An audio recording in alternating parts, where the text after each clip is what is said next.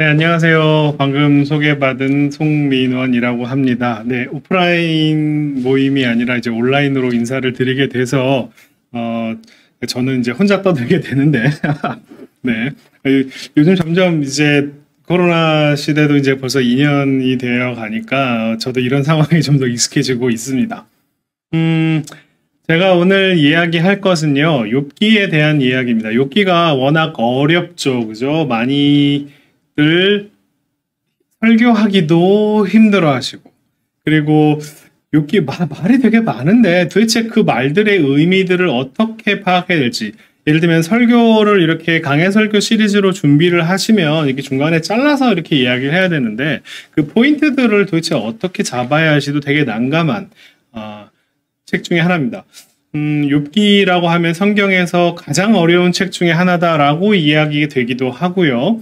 저 개인적으로는 가장 좋아하는 책이고, 그리고 욥기가 성경에 있어서 너무 감사하다라고 하는 생각이 들 정도로 저한테는 저는 아마 욥기라고 하는 책이 성경에 없었으면 저 같은 인간은 신앙생활하기가 되게 깝깝했을 겁니다. 이렇게 올곧고 올바른 그런 그냥 바른 생활 신앙인들한테는 욥기는 좀 이게 무슨 얘기하는 거지? 갸우뚱할 수 있는데 저는 인간이 자체가 좀 삐딱해요. 그래서 삐딱한 인간한테는 정말 좋은 그런 성경의 이야기들이 욥기 안에 있습니다. 함께 욥기를 어떻게 읽고 그 다음에 그것을 우리 삶에 어떻게 적용할 것이냐에 대해서 이야기를 좀 해보겠습니다. 중요한 거는요, 적용이 먼저가 아니라 읽는 게 먼저예요. 우리가 특히나 목회자로서 욥기를 읽을 때 바로바로 우리 삶에 적용을 하려고 하는 그리고 그걸 성도님들이 각 구절을 통해서 무엇인가를 깨닫고 보다 나은 신앙인이 될 수 있도록 자꾸 이렇게 가르치려고 하는 적용을 우선 생각하다 보면 욥기 전체가 무슨 이야기를 하는지 좀 잘 모르는 경우가 많아요. 그래서 욥기를 먼저 제대로 읽는 게 우선입니다. 그 제대로 파악을 하고 나서 그것을 그 다음에 우리 삶에 어떻게 적용할 것이냐라고 하는 이런 부분들에 함께 고민해 볼게요. 자, 오늘 강의는요, 전체적으로 총 한 3시간 정도 생각하고 있고요. 그 중에 주제를 크게 4가지로 나누어서 총 4개의 강의들로 나누도록 하겠습니다. 한 강의는 대략 한 40분, 45분 정도로 진행이 될 것 같고요. 한 강의가 끝나면 잠깐 쉬고 그런 식으로 해서 총 4가지 주제로 이야기를 하도록 하겠습니다. 첫 번째는요, 욥기 1, 2장. 아주 우리가 욥기 서문이라고 이야기되고 있는 욥기 1, 2장에 대한 이야기를 좀 해볼게요. 자, 여러분, 욥기가 욥기 1장 1절에서부터 5절까지의 이야기를요, 여러분이 아주 꼼꼼하고 자세하게 읽는 게 굉장히 중요해요. 성경을 읽을 때요, 맨 첫 줄에 무슨 이야기가 있는가. 이게 대충 그냥 어떤 이야기를 그냥 시작하는 그냥 가벼운 인트로 정도로 생각하시면 안 됩니다. 여기에 진짜 핵심들이 놓여져 있어요. 함께 보도록 할게요. 자, 우스 땅에 욥이라고 불리우는 사람이 있었는데 그 사람은 온전하고 정직하며 하나님을 경외하며 악에서 떠난 자더라. 이게 욥기 1장 1절입니다. 그리고 그 이야기가 5절까지 욥에 대한 소개가 진행이 돼요. 욥을 소개할 때 자녀에 대한 이야기, 재산에 대한 이야기, 그 다음에 가족 간의 관계에 대한 이야기로 욥을 설명하고 맨 마지막에 5절 마지막에 욥의 행위가 항상 이렇더라 라고 하는 걸로 욥이라고 하는 인물을 지금 설명하고 있는 겁니다. 이 설명이 굉장히 중요해요. 자, 욥기를 읽는 몇 가지 열쇠라고 제가 얘기하는 게 뭐냐면 첫 번째, 첫 구절을 대충 읽으면 안 돼요. 정말 중요합니다. 욥의 캐릭터를 설명하는, 욥이 어떤 사람이냐라고 하는 것을 딱 못 박고 시작하는 거예요. 자, 그 다음에 두 번째는 뭐냐면 그렇게 못 박혀진, 제가 못 박았다라고 하는 표현을 쓰는데 한번 이렇게 딱 결정된 욥의 캐릭터가 변할 것이다 라고 기대하지 않는 게 좋아요. 왜냐하면 우리는 현대인들은요, 캐릭터의 변화, 성격의 변화, 그리고 무엇인가 사람이 달라지고 변화되는 것에 되게 관심이 많아요. 그런 이야기들을 좋아합니다. 드라마도 대부분 그렇죠. 그죠? 뭔가 나쁜 인간이 어떤 우여곡절 같아서 착해지거나 아니면 정말로 아무것도 세상 물정 하나도 모르고 착각했던 사람이 이런 우여곡절에서 이렇게 변하는 이런 것들에 대해서 기대를 하고 관심을 갖는데 그것은 현대인의 관점이에요. 성격이라든지 어떤 뭐 깨달음. 자, 우리가 보통 욥기를 이해하는 가장 보통 일반적인 관점을 먼저 얘기할게요.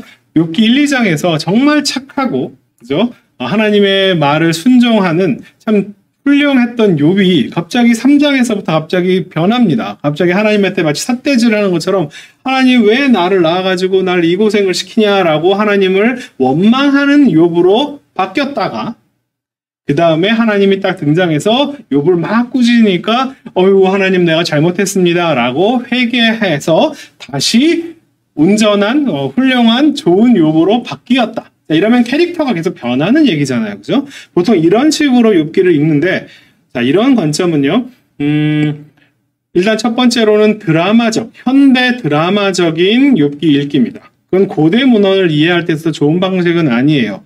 고대 문헌을 현대 시각으로 읽는 것은 좋은 방법이 아닙니다. 그리고 캐릭터의 어떤 변화, 성장, 예, 설교자로서 성장의 이야기, 성장의 포커스를, 성장의 스토리에 우리가 그렇게 관심이 많고 성장의 이야기에 포커스를 두는데 그렇게 읽으면 사실은 욥기를 잘못 읽는, 제가 이렇게 좀 심하게 얘기해서 죄송합니다. 뭐 그렇게 욥을 읽을 수도 있겠죠, 그죠?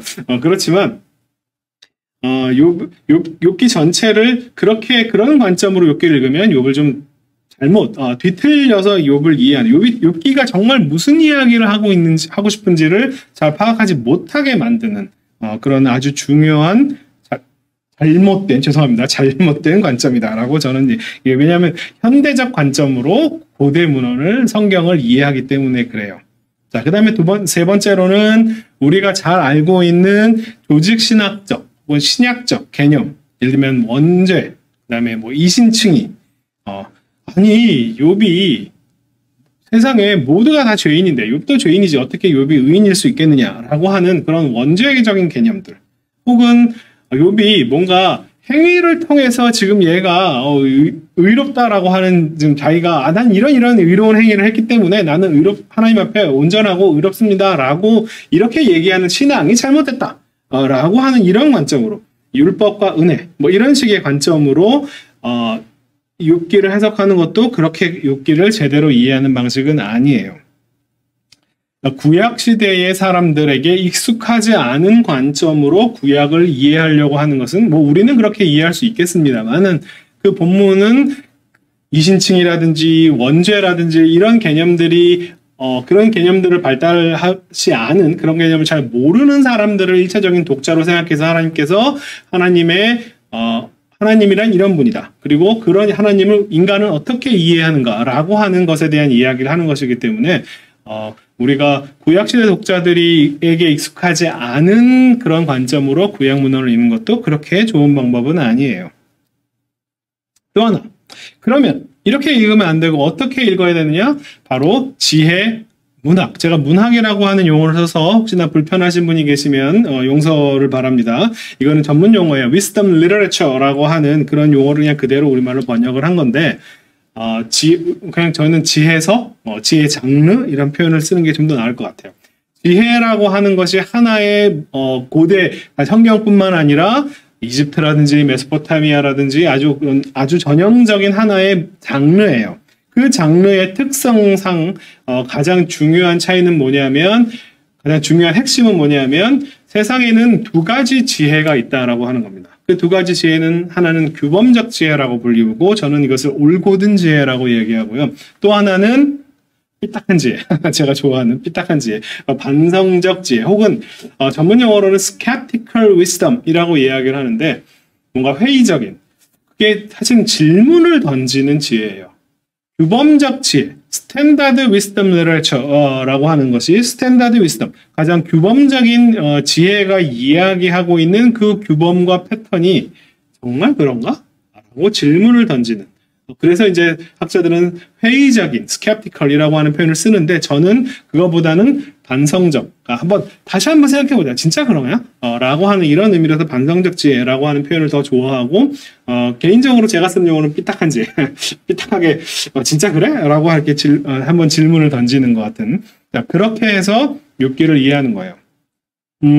제가 6번째 특징으로서 어느 특정 시점에 욥기를 한정해서 읽는 것은 그렇게 좋은 관점이 아니다라고 이야기를 드리는 이유는 뭐냐면, 첫 번째로는 지금 욥기에서 다루고 있는 반성적 지혜라고 하는 것이 반드시 어떤 욥이 살던 어떤 특정한 시점에 한정해서, 혹은 욥기가 쓰여진 어떤 저자의 시대에 특별히 한정해서 그 문헌을 이해하려고 굳이 애를 쓸 필요는 없어요. 왜냐하면 고대 근동의 문헌들, 제 전공이 고대 근동학이거든요. 고대 근동의 문헌들과 비교를 해보면 이집트에서도 메소포타미아에서도 거의 다 비슷한 문제들을 가지고 같이 논의를 해요. 시기적으로도 청동기 시대에서도 다뤘던 얘기를 철기 시대에서도 다루고요. 그리고 그것이 바로 지혜라고 하는 것이 갖고 있는 어떤 인류의 문화와 역사, 어느 특정한 시점을 초월하는 어떤 공통성에 대한, 우리 현재 21세기에도 그래서 이 욥기가 의미가 있는 거예요. 왜냐하면 욥과 같이 고난을 당하는 사람은 지금 현재 우리 주위에도 너무나 많이 있으니까요. 그분들에게 욥기는 여전히 말을 하고 있는 그런 문헌이기 때문에 특별히 어떤 시점에 한정해서 욥기를 이해할 필요도 없습니다. 좀 길게 설명했는데 앞으로는 좀 더 빨리 나갈게요.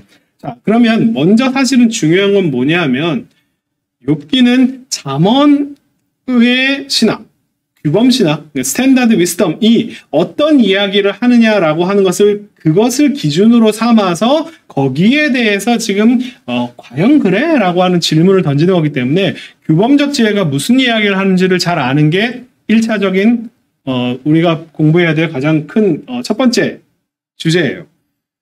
자, 지혜서의 큰 틀 안에서 이 잠언이라고 하는 것이 잠언적 혹은 규범적 지혜가 무슨 이야기를 하냐면, 첫 번째는 신의 절대 주권, 하나님 되심을 어떻게 설명하냐면, 하나님이 우리 이 세상의 창조주이시는 것을 어떻게 우리가 알 수 있느냐? 하나님께서는 이 세계를 그냥 마구잡이로 지은 것이 아니라 어느 특정한 패턴, 그것을 바로 규범이라고 하죠. 특정한 패턴대로 만드셨다. 그것이 하나님의 절대 주권을 상정하는, 그 패턴대로 세상이 돌아가야 그것이 하나님이 이 세상을 창조했다라고 하는 증거가 되는 거죠. 그런데 그 패턴, 그 규범의 가장 중요한 원리 원칙이 뭐냐면 뿌린 대로 거둔다라고 하는 인과응보, 공선징악. 좋은 것을 심으면 좋은 것이 나오고, 나쁜 것을 심으면 나쁜 것이 나오고, 콩을 심으면 콩이 나와야지, 콩을 심었는데 뭐가 나올지 모른다라고 하는 것은 그건 하나님이 정하신 패턴이 아닌 거죠, 그죠? 항상 콩을 심었을 때 콩이 나오는 현실을 보니 하나님께서 이렇게 세상을 패턴대로 만드셨구나라고 하는 것을 잘 알 수가 있어요. 그 하나님의 하나님의 선하심을 설명하는 방식은 뭐냐면, 나쁜 일을 하면 결과가 나빠야 되고, 좋은 일을 한 사람은 좋은 결과를 맺어야 된다가 이것이 바로 하나님의 선하심을 설명하는 방식이에요. 그리고 이 원리와 원칙이 있기 때문에, 이게 바로 규범과 패턴인데, 그 규범과 패턴이 있기 때문에 하나님을 두려워해야 될 이유가 생겨나는 거죠. 하나님이 왜 우리가 하나님 앞에 겸손해야 되고 하나님의 뜻을 잘 알려고 노력을 해야 되냐 하면, 하나님께서 정하신 패턴대로 잘 따르지 않으면 우리에게 남겨진 것은 멸망과 패망 그리고 징벌이기 때문에, 그래서 우리가 하나님을 잘 알아야 되고, 하나님 앞에 겸손하다라고 하는 것은 무엇이냐? 하나님의 뜻이 무엇인지를 끊임없이 알려고 노력하고 애쓰는, 배우는, 어떻게 배우느냐? 성경을 통해서, 특수계시를 통해서. 그 다음에 또한 하나님께서 이 세계를 창조하신 이 창조 원리를 자연 속에서 보면서, 그래서 잠언에서는 개미에게 배우고, 그죠? 여러 가지 이런 주변 환경도, 우리가 보는 자연 속에서 인간이 어떻게 살아야 하는지를 설명하고 있습니다. 그리고 또 하나, 이분법적 가치 판단이라고 제가 얘기했는데 뭐냐면, 무엇이 좋고 무엇이 나쁜지를 분명하게 설명해야 돼요. 그래야 무엇이 상인지 무엇이 벌인지 알 수 있죠. 그죠? 생명은 좋은 거고 멸망은 나쁜 거고. 그래서 하나님의 뜻을 잘 아는 의인, 그리고 하나님의 뜻을 잘 따르는 지혜자는 생명으로 결과가 주어지고, 그것을 모르는 악인들에게는 멸망이 주어지고, 그리고 질병은 나쁜 거고 그것에 대한 치료는 좋은 것이고 사랑은 좋은 거고 미움은 나쁜 거고 겸손은 좋은 거고 교만은 나쁜 거고 이런 식으로 무엇이 좋고 나쁨이라고 하는 그런 기준들이 명확해요. 그리고 아주 그것을 분명하게 나눠놓고 있습니다. 이것이 잠언의 신학의 특징이에요. 여기에 대해서 질문을 던지는 것이 바로 욥기입니다. 진짜 그래? 라고 얘기하는 거예요. 자, 욥이 그래서 욥을 요 앞부분을 제가 굉장히 강조해서 얘기하는 이게 뭐냐면 이 지금 욥기 1장 1절부터 5절까지 욥의 캐릭터를 설명하는 그 설명의 내용이 뭐냐면 그 모든 구절 하나하나가 다 잠언의 이야기를 다 끌어오고 있다는 거예요. 그냥 이 표현이 그냥 나온 게 아니에요. 그 사람은 욥이라고 하는 사람은 온전하고 정직하여 하나님을 경외하며 악에서 떠난 자라. 히브리어로 네팜 하면은 온전한. 하나님 앞에 온전한 거죠. 자, 우리말로 정직이라고 번역했는데 정직은 뭐 거짓말 안 하고 솔직하고 뭐 이런 것을 정직이라고 할 수도 있겠지만 원래 한자 그대로 올바르다라는 뜻이에요. 네. 히브리어로 straight. 네, 야샤르라고 하는 말은 직진. 하나님께서 명령하신 그 길을 그대로 좌우로 치우치지 않고 똑바로 가는 사람. 하나님 그게 온전한 사람이죠. 그 다음에 그런 사람은 누구냐면 하나님을 경외하는 사람이고 그 다음에 악에서 떠난 사람이다. 이런 표현들 하나하나가 다 뭐냐면 다 잠언에 나오는 표현이에요. 잠언 2장 7절에 정직한 자를 위해 완전한 지혜를 예비하시고 행실이 온전한 자에게 방패가 되시고 이게 다 히브리어로 야샤르와 탐이라고 하는 단어가 다 쓰인 표현들이고 그 다음에 스스로를 지럽게 여기지 말라 여호와를 경외하고 악에서 떠날지어다 라고 하는 이런 식으로 자 이걸 갖다가 우리가 로마서에 있는 유명한 구절 의인은 없으니 하나도 없으냐라고 세상에 의인이 어디 있어 다 악한 사람이지 라고 하는 식으로 이런 식으로 뭐 원죄론 같은 그런 아이디어로 이 구절을 이해하려면 사실은 제대로 이해할 수가 없겠죠. 하나님 잠언에서도 너희는 이렇게 해야 하나님의 뜻을 올바로 따를 수 있어 라고 이야기를 한 것이고요. 욥은 바로 그런 사람이다 라고 정확하게 1장 1절에서부터 이야기를 하는 거예요. 욥은 어떤 사람이냐? 잠언에서 말하는 올곧은 지혜, 규범적 지혜를 그대로 실현한 사람, 그것을 현실화된 잠언적 지혜, 규범적 지혜의 화신이다라고 하는 이야기를 처음부터 딱 못을 받고 시작하는 거예요. 얘는 잠언적인 그런 잠언의 가르침을 하나도 어기지 않은 사람이다. 그래서 2절부터 나오는데 자녀의 축복이 나오고요. 그죠? 그 다음에 재산의 축복이 나오고 이것은 규범적 지혜, 잠언적 지혜의 시각에서 바라보면은 얘가 욥이라고 하는 인물이 하나님에게 그렇게 온전하게 잘 서 있는 사람이기 때문에 이렇게 자녀의 축복과 그 다음에 재산의 축복을 받았다라고 충분히 독자는 그렇게 이해할 수 있어요. 히브리어 본문은 사실은 그걸 명확하게 설명하고 있지 않습니다. 욥은 이런 사람이다. 그리고 그는 이런 복을 받았다라고 설명하고 있는데 욥기 1장 1절과 욥기 1장 2절 사이의 관계가 인과관계냐라고 하는 질문을 사실은 욥기가 던지고 있는 거예요. 욥이 1절에 그렇게 하나님의 뜻을 잘 아는 의인이고 지혜자이기 때문에 자녀의 축복과 재산의 축복을 과연 받았을까? 우리는 그렇게 읽기 쉽죠. 잠언적 시각에 익숙한, 규범적 시각에 익숙한 사람은 1절과 2절, 3절 이하의 관계를 인과관계, 이렇게 했기 때문에 이렇게 됐다. 라고 이렇게 원인과 결과로 이해하기 되게 쉬운데 사실 히브리어 문제가 그렇게 되지 않아요. 욥은 이런 사람이다. 그리고 그에게 하나님께서 이런 축복을 주셨다. 근데 왜? 이 두 개의 어떤 관계를 사실은 문제 삼는 것이 욥기 전체의 주제예요. 그러니까 이런 사람은 우리가 규범적 지혜의 관점, 잠언적 관점에서 이해하면 하나님의 뜻을 올바로 따른 사람에게는 당연히 그가 하는 모든 일이 형통할 수밖에 없는 거죠. 그 다음에 나오는 이야기들, 자 이것을 자녀들이 막 잔치를 베푸고 얘네들이 얘네들은 얘네들 방탕해가지고 막 먹고 마시고 막 이렇게 했구나라고 이해하시면 곤란하고요. 이 잠언에서 형제간의 우애와 화목은 굉장히 중요한 하나님의 축복의 결과물입니다. 하나님께 올바로 서 있는 사람에게 주어지는 축복이 뭐냐면 자녀들의 화목이에요. 지금 그 얘기를 하고 있는 거예요. 그러니까 이건 이 4절을 그렇게 이해하면 곤란하고 자 5절 그런데도 이렇게 하나님의 뜻을 잘 알고 따르고 했는 욥이 그런 인물임에도 불구하고 자 5절에서 아침에 일어나서 그를 다시 자녀들을 성결케 하면서 번제를 드렸다. 그래서 또 어떤 사람은 이렇게 생각하죠. 욥이 제사장도 아니면서, 그죠?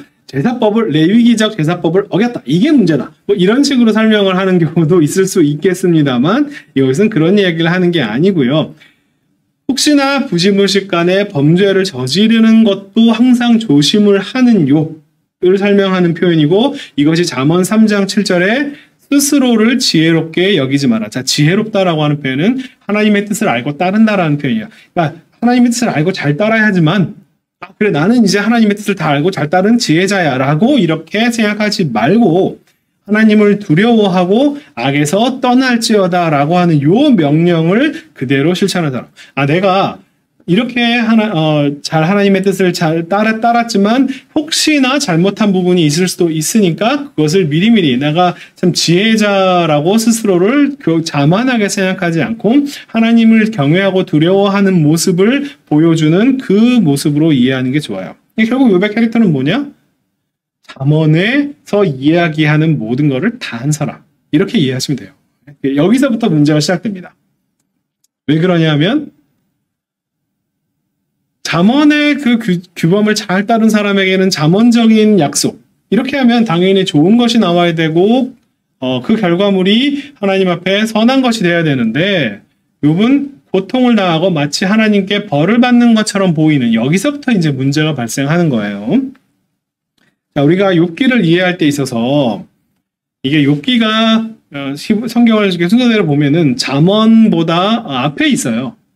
그죠? 기독교 구약에서도 유대교 경전에서도 잠언보다 앞에 욥기가 있어서 순서대로 읽으면 욥기를 먼저 읽고 잠언을 나중에 읽게 되는데 이 위치 선정이 오히려 저는 욥기를 제대로 이해하지 못하게 만드는 어떤 그런 어떤 순서가 아닐까라는 생각이 들어요. 사실은 기독교 구약이 욥기를 먼저 두고 시편, 잠언, 전도서 이 순서로 나눈 것은 기독교는 성경을 좀 약간 역사적인 관점에서 분류를 많이 했습니다. 그래서 욥기는요, 욥이 언제적 사람이다라고 하는 이야기가 전혀 없음에도 불구하고 욥은 아브라함 시대 사람이다라고 하는 그런 전설 같은 이야기가 옛날부터 있었거든요. 그래서 아주 오래 맨 처음에 놔두고 시편은 다윗이 썼다라고 알려져 있으니까 그다음에 잠언과 전도서는 솔로몬이 썼으니까 그다음 이런 식으로 저자의 시대 순으로 이런 식으로 배열을 했고요. 유대교 경전은 분류를 뭘로 했냐면 기본적으로 분량으로 했어요. 그래서 시편 150편이 가장 많이 있는 시편을 앞에다가 욥기는 42장이니까 두 번째, 잠언은 31장이죠. 이렇게 전도서는 12장이니까 이런 식으로 약간은 그 분량에 따라서 이런 식으로 분류하다 보니까 욥기가 잠언보다 더 앞에 놓여 있어요. 그래서 사실은 요 문제 때문에 오히려 욥기를 이해하기 어려운데 제가 말씀드렸지만 욥기는요. 잠언이 끝난 곳, 잠언의 이야기를 우리가 완벽하게 숙지를 하고 있는 상황에서 그 다음에 욥기가 던지는 질문이 시작이 됩니다. 그래서 잠언이 끝난 곳에서 욥기가 시작된다라고 하는 표현을 저는 써요. 이게 뭐냐면 이 반성적 지혜가 이거는 단지 성경뿐만 아니라 고대 근동의 수많은 이 skeptical wisdom, 반성적 지혜라고 하는 것이 삐딱한 지혜가 제기하는 질문이 뭐냐면 하나님의 뜻을 잘 알고 그것을 잘 따르려고 하는 정말 의로운 사람이 현실을 보아하니 그 사람들이 고통을 받는 현실들이 실제로 존재한다. 이 문제를 도대체 어떻게 설명할래? 라고 하는 질문을 던지는 것부터 시작을 하는 거예요. 그래서 절대로 이 반성적 지혜에서 제기되는 질문 중에 의로운 자의 고난, innocent suffering이라고 하죠, 영어로. 절대로 흔들려서는 안 되는 전제가 뭐냐면 이 사람은 innocent하다. 이 사람은 죄를 받을 만한 이 정도의 징벌을 받을 만한 그런 뭔가 잘못을 저지른 것이 없다라고 하는 것이 가장 큰 전제예요. 이게 흔들려 버리면 그러면 innocent suffering이 더 이상 아니죠. 얘는 뭔가 잘못을 했기 때문에 고난을 받는 거다라고 하는 규범적 지혜 얘기로 돌아갑니다. 그러니까 이 반성적 지혜가 제기하는 가장 큰 대전제는 뭐냐면 얘가 이 고난을 받는 사람이 아무런 잘못한 게 없다라고 하는 것을 가장 맨 처음에 딱 못을 받고 시작을 해야 되는 거예요. 그래서 욥기 1장에서 욥이 의인이다라고 하는 것을 그렇게 자세하게 설명하는 겁니다. 그리고 그 표현은 이 욥이 온전하고 정직하고 하나님을 경외하고 악에서 떠난 자다라고 하는 이 설명을 단순히 욥기의 나레이터만 한 것이 아니라 하나님의 입에서 두 번이나 더 똑같은 표현이 1장 8절과 2장 3절에서 야, 욥같이 온전하고 정직하고 하나님을 경외하고 악에 떠난 자는 세상에 없다 라고 하는 이야기를 두 번이나 반복을 하면서 그가 고난을 당했음에도 불구하고 여전히 자기의 온전함을 굳게 지켰다. 그게 욥이 자기 온전함을 지키면 안 되지. 이렇게 하는 것도 아니고요. 하나님의 그렇게 이해하시면 안 되고 고난을 당했음에도 불구하고 하나님의 뜻 안에 있는 그 지혜자, 의라고 하는 그 영역 안에 욥이 그대로 존재하고 그대로 남아 있었다라고 하는 표현이에요. 결국 뭐예요? 욥이 잘못한 게 없다예요. 고난을 당했음에도 불구하고 그 다음에 그거에 대한 반응 역시도 욥이 잘못한 게 없다. 하나님의 이 표현으로 이렇게 똑같은 표현을 욥기 1장 1절, 1장 8절, 2장 3절 이렇게 세 번이나 똑같이 쓰는 이유는 뭐냐면 이게 절대로 흔들려서는 안 되는 존재예요. 우리가 앞으로 욥기를 읽을 텐데 욥이 뭘 잘못했을까를 막 이 성경 구절에서 찾으려고 하는 거는요. 기본적으로 잘못된 읽기예요. 처음부터 욥이 여러분 하나님이 욥을 이렇게 평가해서 욥은 의로운 사람이다. 욥은 잠언적 지혜, 규범적 지혜를 그대로 실천을 하는 그런 훌륭한 의인이고 지혜자다라고 하는 하나님의 하나님이 그러면 욥을 제대로 몰랐다라고 하는 얘기가 돼버리죠, 그죠? 네, 만약에 욥이 여러분들 욥이 이걸 잘못해서 그런 거야. 그러면 하나님도 그걸 모르셨나봐?라고 하는 얘기가 되기 때문에. 자, 욥이 무언가를 잘못했을 것이다라고 추측하는 것은 여러분 욥기를 제대로 이해하지 못하는 얘기예요. 욥은 이게 그냥 딱 못 받고 시작한 겁니다. 네. 이게 변하지 않은 거예요. 자, 그리고 실제적으로 욥기가 이제 잠언의 이야기가 1장 5절에서 끝나고요. 이제 새로운 이야기가 욥기의 새로운 이야기, 반성적 지혜의 새로운 이야기가 시작되는 자리가 어디냐면 바로 6절부터 시작되는 거예요. 우리가 보통 욥기를 이해할 때 1장과 2장이 욥의 서문이고 3장부터 본론이 시작한다라고 얘기를 하는데 저는 다른 관점을 가지고 있습니다. 1장 1절부터 5절까지가 욥기의 서문이고 그 서문의 내용은 뭐냐면 욥은 잠언의 지혜를 그대로 구현한 사람이다. 욥은 의인이다. 끝! 여기서부터. 그 다음에 6절부터 나오는 이야기가 본격적으로 뭐냐면 여기서부터 이제 반성적 지혜 얘기가 시작되는 거예요. 사실 욥기 서문은 저는 1장, 2장이 욥기 서문이 아니라 1장 1절부터 5절까지가 욥기 서문이라고 얘기합니다. 6절부터 잠언에는 등장하지 않는 이야기가 등장해요. 그게 뭐냐면 천상회입니다. 자, 잠언은요. 이 땅을 살아가는 방식에 대한 이야기예요. 하나님께서 그리고 또 아버지의 목소리로 아들에게 너희는 이렇게 살아야 한다라고 하는 인간 삶의 영역에 대해서는 이야기를 하고 있는 겁니다. 근데 어디에 대한 얘기가 없냐면 하늘나라에 대한 얘기가 없어요. 여러분 잠언을 좋아하시는 분들 잠언 처음부터까지 한번 읽어보세요. 천국에 대한 이야기가 없습니다. 근데 여기서부터 이제 잠언에 없는 이야기가 딱 들어가기 시작해요. 그게 뭐냐면 하늘나라에서 벌어지는 이야기입니다. 여러분 이 내용은 잘 알고 계셔도 제가 자세하게 설명은 안 하겠는데 자, 이 얘기가 뭐냐면 자, 처음부터 천상회의 제가 뭐 이런 표현을 써서 이것도 불편할 수 있는데 어쨌든 하늘나라에서 벌어지는 이야기죠. 그죠? 하늘에서 하나님이 신의 아들들 하나님의 아들들 앞에 딱 아들들이 하나님 앞에 딱 도열해 있는 장면으로 시작을 합니다. 자, 이런 이야기는 사실은 잠언에는 없는 이야기예요. 근데 이런 이야기로 왜 시작하느냐? 그러면 이제 우리는 궁금하죠. 도대체 그러면 하나님의 아들들이 도대체 누구냐? 되게 관심을 갖고 뭐 다른 여러 가지 뭐 이야기를 할 수가 있겠고요.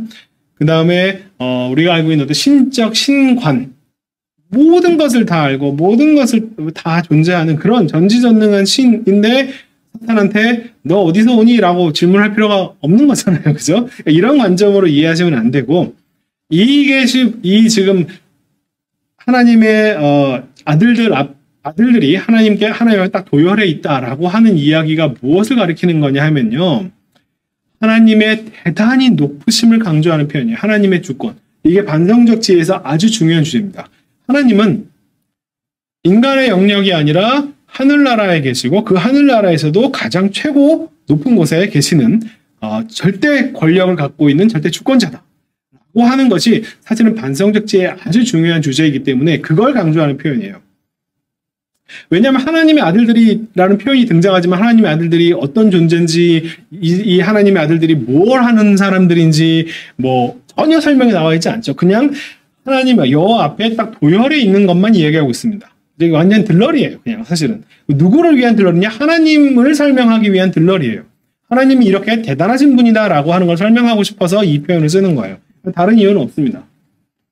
사탄이 등장합니다. 사탄은 조역 중에서 좀 더 역할이 크죠. 그죠? 이 사탄이 도대체 우리는 궁금하죠. 이게 신의 아들들 중에 하나가 사탄인가? 그래서 사탄이 뭐 천사 중에 하나였는데 뭐 배반을 하고 뭐 이런 식의 이제 상상력들을 발휘합니다. 이 사탄이라고 하는 단어가 기독교 신학에서 굉장히 중요하기 때문에 이 조연이 굉장히 크게 우리한테 다가와요. 그래서 우리가 악의 문제, 악의 원인을 사탄한테 돌리기가 되게 쉽습니다. 근데 여러분, 욥기 1장 2절에 사탄이 중요한 역할을 하죠. 아주 중요한 역할을 합니다. 그런데 2장 이후로 3장부터 42장 끝달까지 사탄이 단 한 번이라도 등장을 하나요? 그리고 사탄에 대해서 언급을 한 하나님의 입이든 사람의 입이든 뭐 등장인물들이 사탄이라고 하는 단어를 단 한 번이라도 입에 올린 적이 있나요? 없어요. 사탄은 2장에서 더 이상 2장에서만까지만 나타나고 거의 3장 이후로는 전혀 중요한 역할을 하고 있지 못합니다.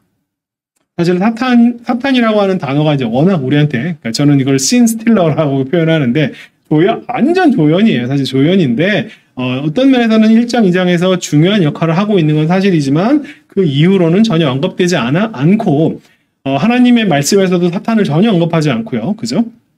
그래서 사탄에 대해서 너무 큰 의미를 부여하는 것도 욥기 전체를 또 잘못 이해하는 하나의 방식이다라고 저는 얘기를 합니다. 욥기에서 사탄을 그렇게 중요한 인물로 취급하지 않아요. 끝까지.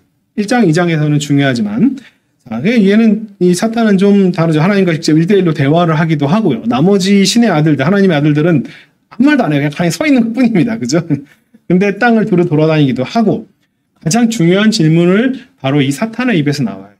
욥이 까닭 없이 그렇게 하나님을 경외할 리가 있겠습니까? 그 까닭 없이라고 하는 단어가 히브리어로 흰남이라고 하는 단어예요. 흰남은 우리가 이게 히브리어 헤인이라고 하는 단어의 이제 부사 형태인데 은혜라고 쉽게 번역하는 단어입니다. 은혜라고 하는 것은 값없이 공짜로 이란 표현이고요. 아무 이유 없이 라는 표현이에요. 대가 없이, 까닭 없이. 욥이 하나님을 두려워하고 하나님을 경외하는데 그래서 욥이 그렇게 하나님 앞에 온전하고 정직한 사람으로 쓰려고 애를 쓰는 사람인데 내가 공짜로 그럴 일에 그렇게 공짜로 그런 일을 할 리가 있겠습니까? 뭔가 다른 속셈이 있어서 하나님께 복을 받으려고 하는 속셈 그런 마음이 있기 때문에 이런 겁니다라고 질문을 하는 거예요. 이게 여러분 욥기의 가장 큰 핵심어고 주제입니다. 이 단어가 욥기 전체를 관통하는 가장 큰 주제예요. 아무런 대가 없이, 아무런 이유 없이. 이 말이 이 사탄의 입에서 나오죠. 그래서 이제 고난들이 시작이 됩니다. 자, 사탄이 이제 시작을 해가지고 고난이 시작되지만 중요한 건 뭐냐면 하나님이 하신 걸로 성경은 나와요. 사탄이 했다라고 하는 표현보다는 하나님이 그것을 허락하셨고 또한 하나님이 그걸 하셨다라고 하는 표현으로 그래서 하나님의 불, 양과 염소 떼를 하나님 불이라고 사탄의 불이라고 얘기하지 않거든요. 이 고난을 하나님께서 주셨다라고 이야기하는 것이 불신앙의 표현이 아닙니다. 자, 그래서 거기에 대한 욥의 반응은 뭐냐면 자, 여러분 아주 유명한 구절이죠. 내가 모태에서 알몸으로 나왔은즉 또 알몸으로 돌아갈 것이다. 하나님께서 주시기도 하고 두시기도 한다. 이렇게 하면 굉장히 착하고 그죠? 아주 겸손하고 아주 신앙이 좋은 욥의 모습처럼 그려집니다. 그러면서 22절 이 모든 일에 욥이 범죄하지 아니하고 하나님을 향해 원망하지 않다. 자, 원망이라고 하는 번역은 의역입니다.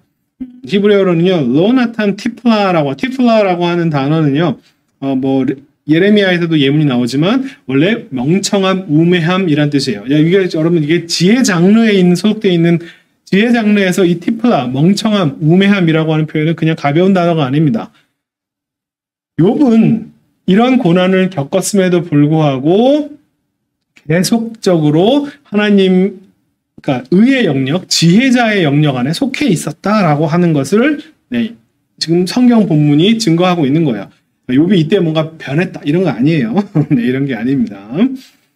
자, 욥기 2장으로 돌아가서 또 한 번 이제 반복이 됩니다. 사탄이 이야기를 하죠. 아, 하나님 욥의 재산만이 아니라 욥 자체를 공격하면 욥이 분명히 하나님을 원망할 거예요. 라고 이렇게 이야기를 하는데 거기에 대해서 이제 똑같은 이야기. 자, 욥기 2장 1절, 2절, 3절을 보시면은 그 내용인 욥기 1장 5절과 7절의 이야기 거의 표현들이 그대로 반복되고 있습니다. 일종의 2라운드가 벌어지는 건데 뭔가 더 크게 이것이 하나님에 의한 욥이 당하는 형벌이 좀 내용이 변했지만 사실은 이 구조는 완전히 똑같아요.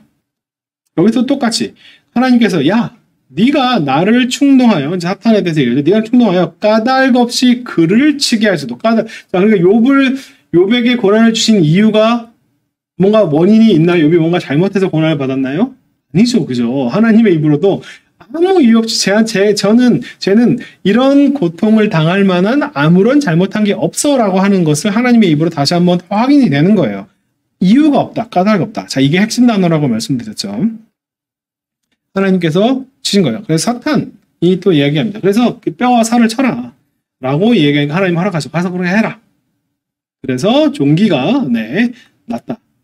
그럼에도 불구하고 욥의 아내가 와가지고 당신 그렇게까지 온전함을 하나님 앞에 온전하게 서 있으려고 할 필요가 있느냐. 그냥 하나님이 욕을 하고 죽으라 라고 하는 이런 표현이 나오는데 그럼에도 불구하고 욥은 너는 어리석은 여자. 너 그렇게 하는 것은 지혜에 속해 있지 않은 무지, 어리석음에 속해 있는 영역이다. 라고 욥이 얘기를 하면서 뭐라고 얘기하냐면 하나님께 복을 받을 수도 있고 하나님께 화를 받을 수도 있다. 라고 얘기하는 거예요.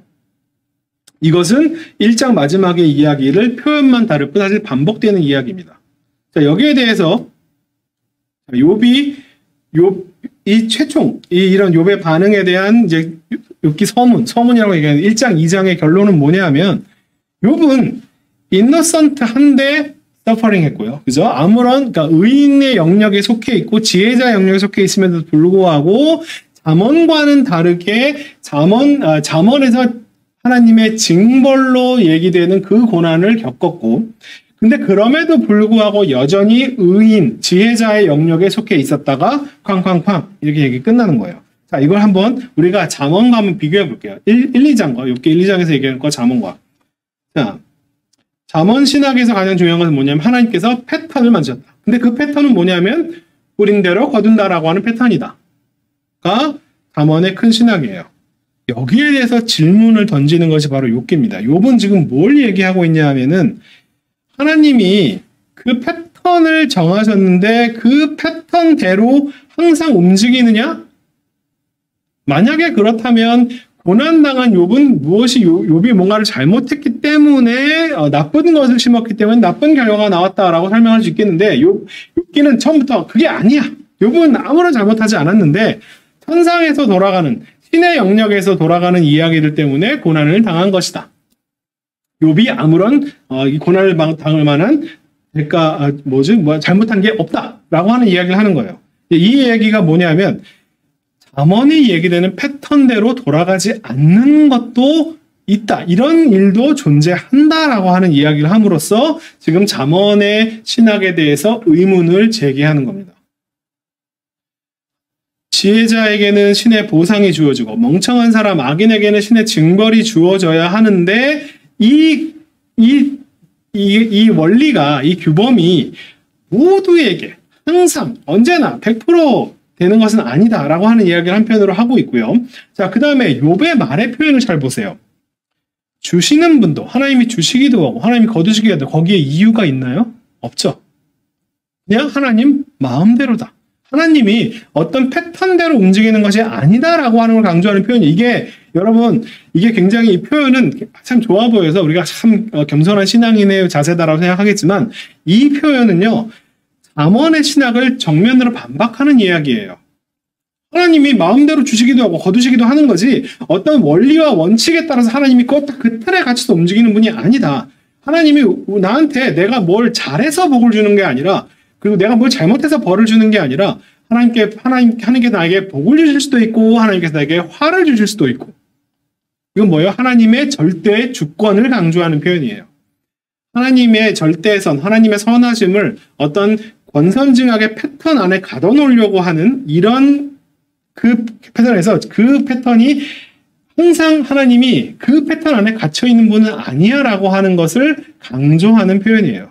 하나님이 마음대로 주시기도 하고 마음대로 거두시는 거지 내가 뭔가를 잘해서 주시고 내가 뭔가를 못해서 주시는 인간의 어떤 행동에 반응하는 하나님 아니다. 하나님은 더 높이 계신 분이고 저 하늘 전체를 다 구원하시는 분이고 인간이 이해하지 못하는 영역들이 존재하고 인간이 생각할 수 있는 패턴대로만 움직이는 분은 아니야 라고 하는 이야기를 여기서 하고 있는 거예요. 자, 이제 새 친구가 등장합니다. 이제 새 친구와 욥의 이야기가 시작이 되는데 그 이야기가 이제부터 다음 시간에 살펴볼 건데요. 욥과 욥의 친구들 사이에 그 충돌하는 지점 이 도대체 어딘지 여러분이 한번 잘 살펴보길 바라겠습니다. 욥기 전체 구조로 이렇게 1, 2장은 프롤로그, 서문이고 그 다음 본론이 2장, 3장부터 시작되고 그리고 나중에 욥에 하나님이 나타나서 말씀하시고 욥의 최후 발언이 있고 에필로그가 있다. 이런 식으로 구조를 나누는데 저는 사실은 이 구조에 별로 동의를 하지 않습니다. 욥기는 잠언과 비교해서 이해를 하면 사실은 1장 1절부터 5절까지가 욥은 잠언이 이야기하는 지혜를 그대로 구현한 사람이다. 그런데 6절부터 사실은 잠언에 등장하지 않는 주제들이 등장해요. 그래서 사실은 본격적으로 욥기가 시작되는 장면은 1장 6절부터 욥기의 새로운 이야기가 시작된다라고 하는 이런 구조로 보고 있는데 다음 시간에는 자 이걸 살펴보겠습니다. 이게 가장 중요한 거죠. 1, 2장에서 주시는 분도 하나님이고 거두시는 분도 하나님이고 하나님이 복도 주시고 화도 주시고 하는 그렇게 이야기하는 그런 신앙 고백을 하는 욥과 3장 이하에서 갑자기 하나님 나를 왜 태어나게 해서 고생하십니까? 라고 하는 욥이 같은 욥인가 다른 욥인가? 욥이 변했냐? 욥의 캐릭터가 변했냐? 그 다음에 제 친구들의 주장과 욥의 주장은 도대체 어디에서 차이점을 보이는가? 그리고 이야기가 진행될수록 어떤 이야기가 점점 발전하는 어떤 그런 변화의 스토리, 제가 성장의 스토리 혹은 변화 이런 것들에 주목을 하게 되는데 사실은 그렇게 읽는 것은 별로 좋은 방법이 아니다라고 하는 것을 좀 보여드리도록 하겠습니다. 자, 첫 시간은 여기까지고요. 잠깐 쉬었다가 다음 시간 욥기 3장부터 31장까지 욥과 제 친구들의 대화를 한번 살펴보도록 하겠습니다. 네.